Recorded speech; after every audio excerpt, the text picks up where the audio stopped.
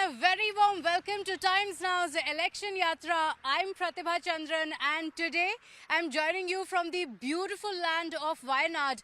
In today's episode, we keep our focus on the Malabar Wayanad region. We speak about Malappuram as well as Wayanad. Now, Malappuram and Wayanad demography plays a very important role.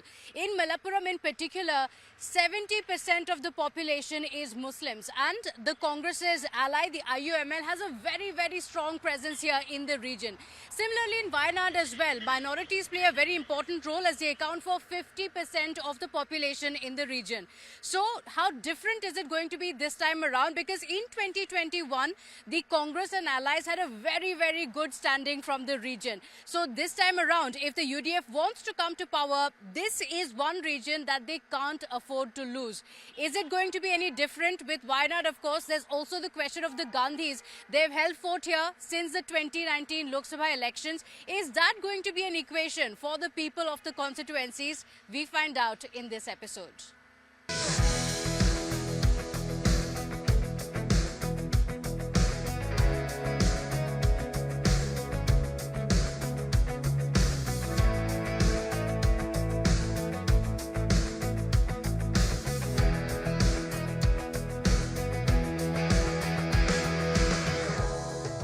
The state of Keralam is witnessing a three-cornered fight in the 2026 elections, with established heavyweights UDF and LDF competing for supremacy, while the BJP is looking to disrupt politics in Kerala. The left and Congress have largely been able to keep the BJP at bay, and so far, the parties have antagonized the BJP as a communal force, which has worked in their favor in a state where the minority vote actually plays a major role. The claim that is made against the BJP is that it is a polarizing party, that it will bring a politics of divide. That's the accusation that has been leveled by both the left as well as the Congress party against the BJP.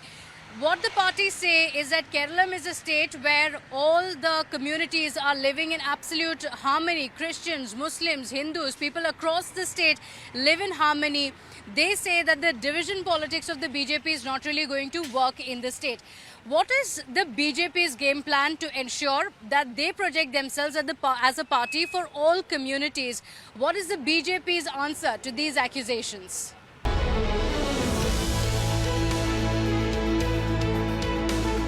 And as we cover the length and breadth of pole-bound Keralam, today we are in the politically significant Malappuram district.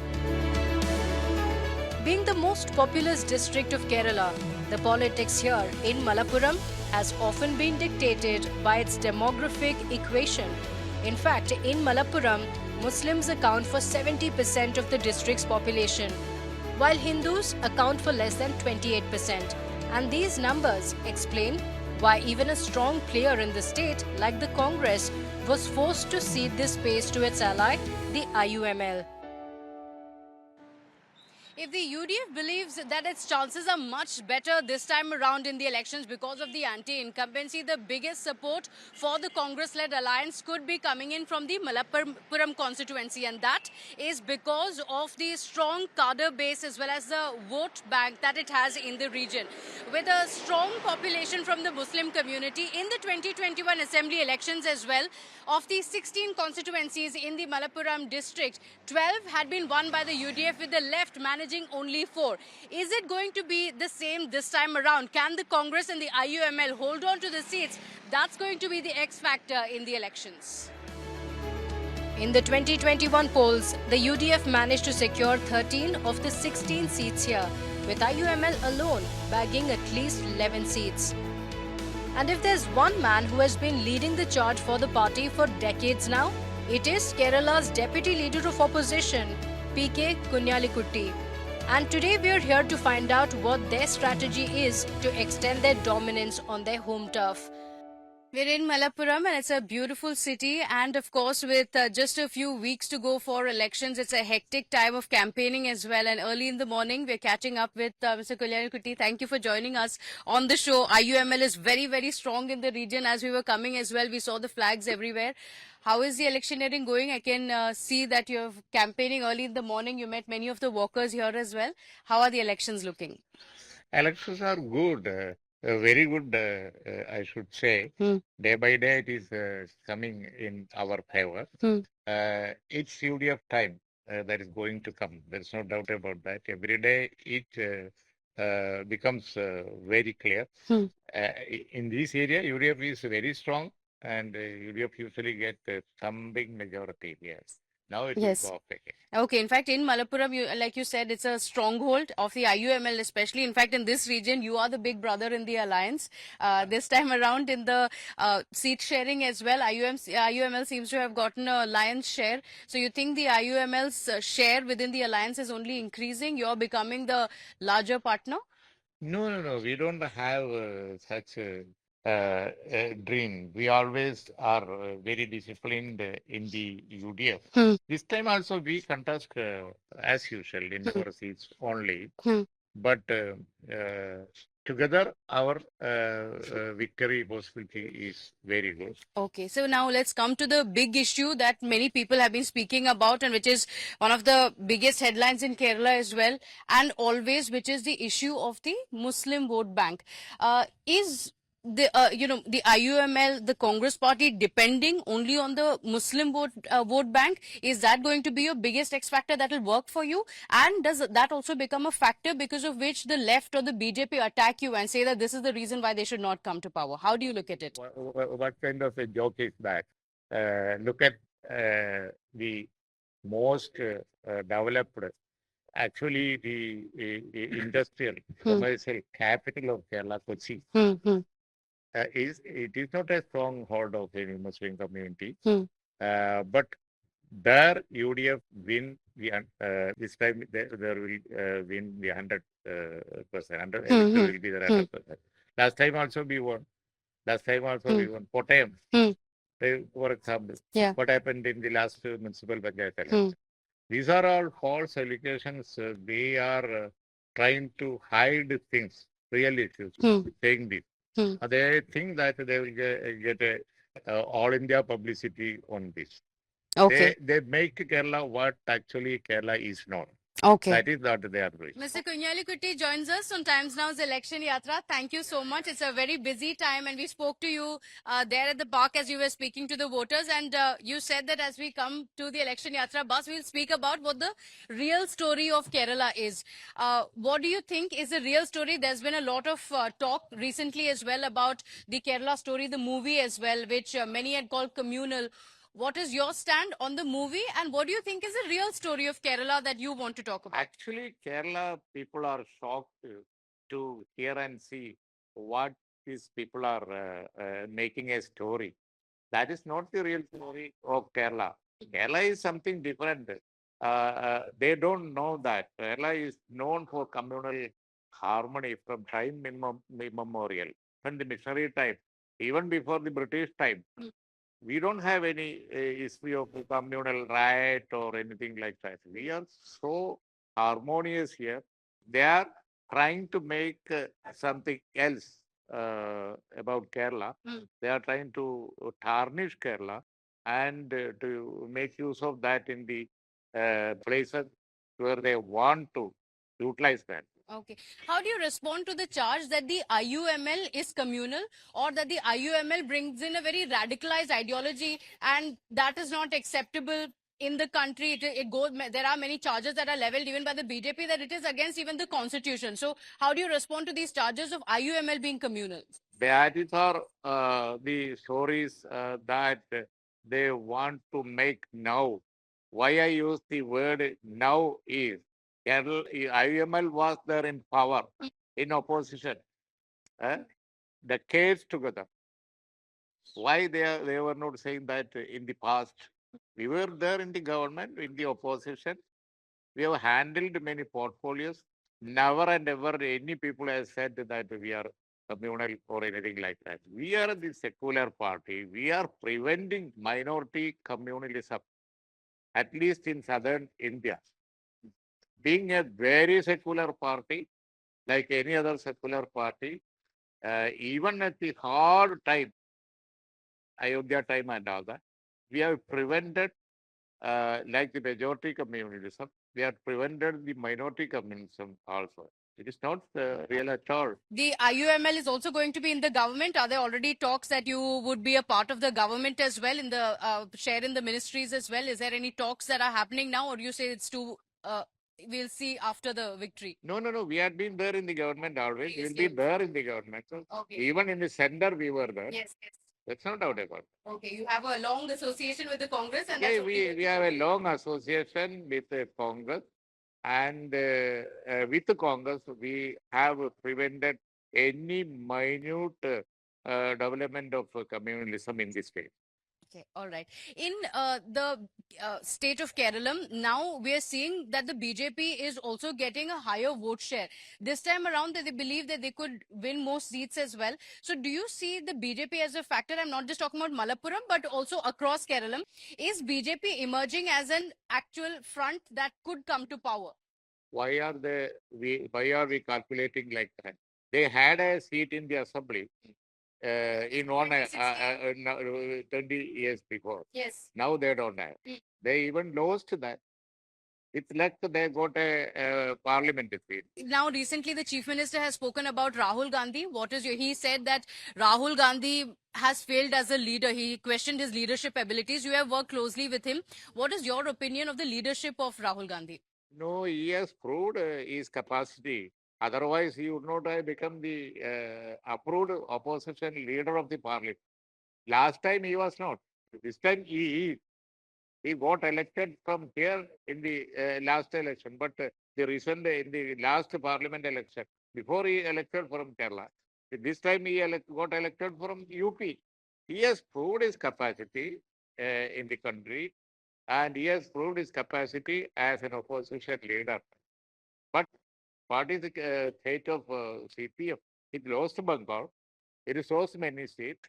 It is wherever they get a seat, they are getting outside Kerala. They are getting on the mercy of parties like Congress and other DFK and all that. Okay. When Rahul Gandhi, in fact, contested from Wayanad, the Prime Minister had made a comment that in the regions where the minority is the majority, that is where the Congress party has been forced to go. How do you view these comments? Now, what the Prime Minister has to say now, after that, he went to UP boldly and won their seat there.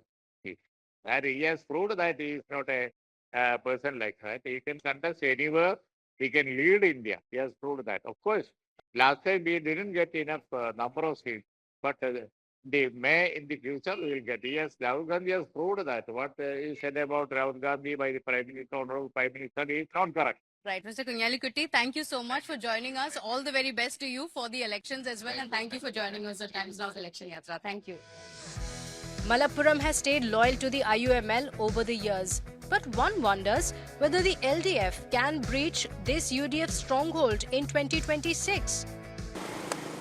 So while we are in Kerala, we are looking at, of course, having some coconut, taking a good break here. We were in the Malabar region and we spoke to the voters. We spoke about what are the key issues for them. IUML, of course, is very, very strong there. But from there, we now go towards Wayanad, one of the most beautiful places in Kerala. It is also one region that has seen very interesting triangular contest. How is that contest playing out? Because if on one hand you have Malappuram, where the Congress and the IUML are extremely strong, in Wayanad, it's an interesting triangular battle that's playing out. Considering that Priyanka Gandhi Vadra is the MP from there, what is that battle like? That's what we find out in this segment of the episode. With just days to go before the first vote is cast, we proceeded further to the northern reaches of Kerala, where the political battle has been quite unpredictable of late. So there's a big change in the weather from the sweltering heat in Malappuram and Palakkad. We have now come to Wayanad, to the hills. There is a dip in the temperatures, but not in the political heat that we are seeing. Because in Wayanad as well, there's a very interesting battle that's playing out. And this time around is the first time that people of Wayanad will be casting their vote after the devastating landslides. So what is going to be in the minds of the voters? Is it the landslides, or are there bigger issues of jobs, investment, and also ecological concerns in the region? We find out today.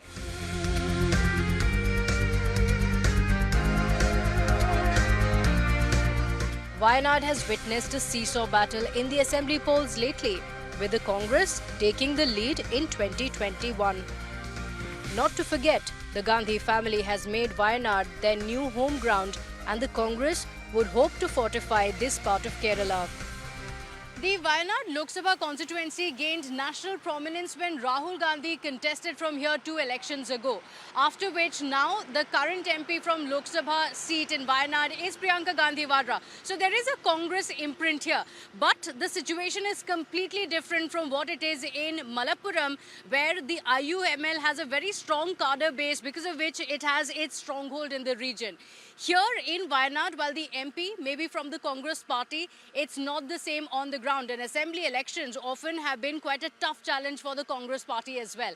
How is it going to be this time around, considering in the Lok Sabha elections, the BJP had also made a significant mark this time around? Is it going to be any different this time around in the assembly elections? Is it the Congress, the LDF or the BJP that will hold sway in the region? We find out. Just a few years earlier, Wayanad witnessed one of the most devastating floods in recent memory. Many of these families are still struggling to rebuild their lives. It was in 2024 when Wayanad witnessed one of the deadliest disasters that the region and entire Kerala has seen in decades together, when there were horrific landslides that took place. It took the lives of over 250 to 300 residents. Now, 2 years later, those memories are still fresh in the minds of the people, and many of these residents, those who lost their homes, those who lost their livelihoods, have all been rehabilitated. These are the houses that have been constructed by the left government, and they have been given to the residents. But as you can see from the visuals, the construction is still incomplete. The houses have been made and the residents have been given the promise that they can come and live here. But as of now, the keys have not been handed over. We spoke to a few workers who were working here, and they said that even now the water connections to the house have not been completed, which is why it has not been handed over to the residents yet. So they still await. Years after that, as the memory still continues, the trauma still continues of the horrific landslides, and even now the residents are awaiting that. But it's not just for those who were affected directly by the landslides, because as we spoke to many of the residents in the region, they also said that the response of the government, whether they think that it was a quick response and are happy with it, or whether they think that the government did not do enough, but the response of the government and the tragedy itself is going to be weighing heavily on their minds when they cast their vote this time around in the elections. It's the first time after the landslides that Wayanad will be going to polls.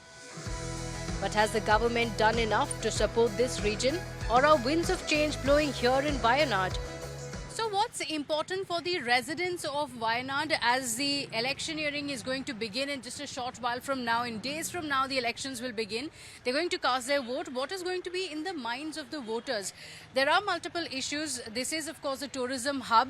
Is that the most important issue for them? We just got into a bakery. The food looks extremely yummy. But before we have a bite of the food, let's find out from the residents what's important to them in the elections. This is, remember, also the first elections that is happening in Wayanad after the landslides that were witnessed here. You're in this bakery. Elections are coming. For you, what is the most important thing when you cast your vote? വരുന്ന election എന്തായാലും തീർച്ചയായിട്ടും മൂന്നാമതും LDFന്റെ ഭരണം വരാൻ സാധ്യത കൂടുതലാണ്. കാരണം അത്രത്തോളം ടൂറിസം ഭാഗത്തൊക്കെ തളർന്നു നിൽക്കുന്ന സമയത്തൊക്കെ കൂടുതൽ ഡെവലപ്മെൻറ്റ് കൊണ്ടുവരാൻ സാധിച്ചിട്ടുണ്ട്. ഒരുപക്ഷെ വരുമായിരുന്നു UDFന്റെ ഒരു മാറ്റം കാണുമായിരുന്നു. പക്ഷേ അത് കാണാത്തതിൻ്റെ കാരണം ഇവിടെ വയനാട്ടിലെ ദുരന്തമുണ്ടായ സമയത്തൊക്കെ നഷ്ടപ്പെട്ടു പോയവർക്കുള്ള വീട് തിരിച്ചു കൊടുക്കാൻ വേണ്ടി ഒരുപാട് ഫണ്ടൊക്കെ കളക്ട് ചെയ്തിട്ട് അതിന് എവിഡൻസ് ഇല്ലാതെ ആയിപ്പോയി. അതേപോലെ തന്നെ പറയുന്ന വാക്ക് പാലിക്കാതെ പ്രതിപക്ഷത്ത് നിൽക്കുന്ന സമയത്ത് തന്നെ അങ്ങനെ ചെയ്തിട്ടുണ്ടെങ്കിൽ ഭരണപക്ഷത്ത് വരുമ്പോൾ എത്രത്തോളം മാറ്റങ്ങൾ കൊണ്ടുവരാൻ പറ്റും എന്ന് ജനങ്ങൾ വിലയിരുത്തി കഴിഞ്ഞു. അതിൻ്റെ തെളിവോടുകൂടി നല്ല രീതിയിലുള്ള മാറ്റങ്ങൾ വരുത്താൻ LDF സർക്കാരിന് സാധിച്ചതുകൊണ്ടും കോൺഗ്രസ് BJPന്റെ ഒരു ചാൻസ് ഇല്ല, സാധ്യത വളരെ കുറവാണ്. 1% എന്നൊക്കെ പറയാം. കോൺഗ്രസിന്റെ ഇവിടെ സ്ട്രോങ്ങർ, കോൺഗ്രസിന് സ്ട്രോങ്ങർ. Okay, ഇവിടെ MP Priyanka Gandhi Vadra is the MP from here. Is she doing good work? Yeah. Good work. Happy. Good work. Happy. Happy. You're happy with Priyanka. Okay. All right. So it's a split here in what we have witnessed. Let's also go around, speak to a few others as well. As a voter, ningalku enda important when you cast your vote? Who do you think is doing well? Now everything going well. Going well. So in Wayanad there were floods also, landslides ഉണ്ടായിട്ടുണ്ടായിരുന്നു ഇപ്പോൾ just a few years ago. What is the kind of destruction you saw, and did the people here get help from the government? Government is sure. Left government Definitely they got every help Okay. from the side of government. Okay പിന്നെ നിങ്ങളൊരു woman voter ആയിട്ട് നിങ്ങൾ vote ചെയ്യുമ്പോൾ നിങ്ങൾക്ക് എന്താ important? Safety ആണോ? നിങ്ങൾ വയനാട്ടിൽ ആരാ MLA കാൻഡിഡേറ്റിനാണോ നോക്കുന്നത്, or do you think CM ആയിട്ട് ആരാ വരേണ്ടത്? What is important for you when you cast your vote? I don't think about CM, but which the government will do everything helpful for the people. Okay. Let's speak to a few others as well. Let me just step out and should I go around, speak to a few more residents, or before that, since these look so very tempting, maybe we should just grab a bite here and then head out and speak to the others as well.